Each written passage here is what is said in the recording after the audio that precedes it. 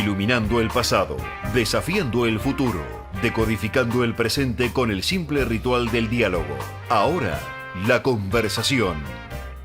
Lo había anunciado en la presentación del programa. Vamos a conversar con el escritor, abogado también, ha sido un abogado laboralista, se ha dedicado mucho a la profesión, pero hace ya muchos años. Sí. Pero escritor y gran escritor argentino, Álvaro Bosch, que además hace investigaciones muy importantes, y por estos días precisamente está presentando El Ciudadano Botana. Es una nueva edición de un libro que se habían publicado ya por el 2001, ¿no? 2001, sí, que se llamaba El Tábano. El Tábano, la biografía definitiva del creador del diario Crítica de Vergara.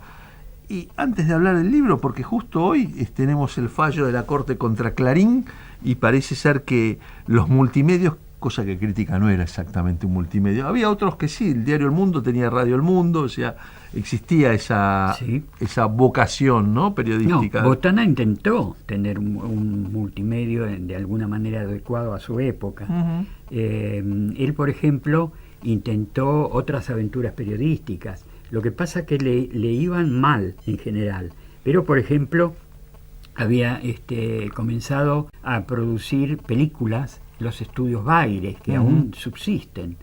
Y alcanzó él a producir una película. De manera que él intentaba. No sabía que Botana había sido uno de los creadores de Estudios Baires. Estudios Baires. Que junto a Argentina Sonofilm, el Estudio San Miguel, los 7 grandes estudios de Buenos Aires, que competían de igual a igual con los estudios americanos, ¿no? Sobre todo en lo que era el mercado hispanoparlante, ¿no? Claro. Y sobre todo él, por ejemplo, intentó otras aventuras periodísticas. Por ejemplo, cuando vinieron los exilados de la Guerra Civil en 1939, con la que Botana colaboró con fondos de manera importante, ¿no? Con defendiendo la República. A la República siempre, a ultranza, y él creó un diario y lo puso a su yerno, Damonte Taborda, como director, que se llamó El Sol, donde la mayoría de los redactores eran exilados. Estaba, por ejemplo, Francisco Ayala y otros intelectuales republicanos. Damonte Taborda, que llegó a ser diputado de la Nación, y maliciosamente lo llamaban el diputado por la China, porque la China era la hija de Botana, ¿no? Claro, Georgina Botana, le decían la China. Bueno, habladurías y chismes que siempre existieron. Y me imagino que en la vida de Botana y en este libro uno va a encontrar muchísimas cosas, ¿no? Un hombre que tenía más de un Rolls Royce, muere en un accidente en el cual iban 2 Rolls Royce de una enorme fortuna, que le gustaba mucho el vicio de la conversación, pero sobre todo un gran periodista. Ahora, te quiero preguntar a vos, ¿cómo ves el periodismo hoy? ¿Cómo ves esta batalla cultural y todo esto que nos ha pasado estos años, donde los diálogos y las conversaciones han sido tan difíciles de sostener?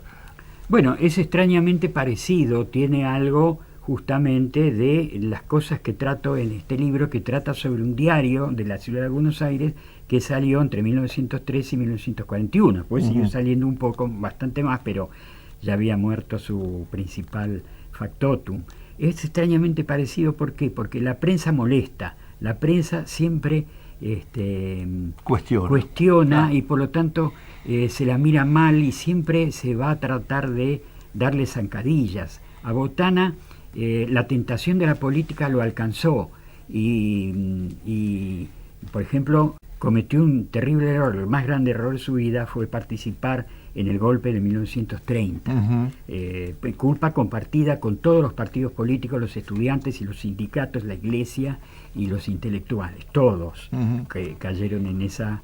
Y además estaba involucrado uno de sus grandes amigos en la vida, que fue Justo, ¿no? Botana y Justo tuvieron una amistad bastante extensa. Sí, una amistad personal, pero más que nada fundada en gustos comunes, como la bibliofilia. Pero en fin, después, muy poco después, la realidad le hizo pagar caro a Natalio Botana esas aventuras, y el dictador Uriburu lo metió preso a Botana, que era un hombre de gran fortuna, lo llevó a la cárcel, a su mujer Salvadora Medina Rubia, que estaba bastante perjudicada y deprimida por el suicidio de un hijo. Ya no era la Salvadora de años anteriores. También Uriburu, el régimen, la metió, la arrojó a una cárcel en la calle Humberto Primo, de manera que todos... La cárcel de mujeres. Y el diario fue saqueado, literalmente saqueado y se lo devolvieron 2 años después. Quiere decir que la prensa siempre cuestiona el poder y la prensa es incómoda para el poder.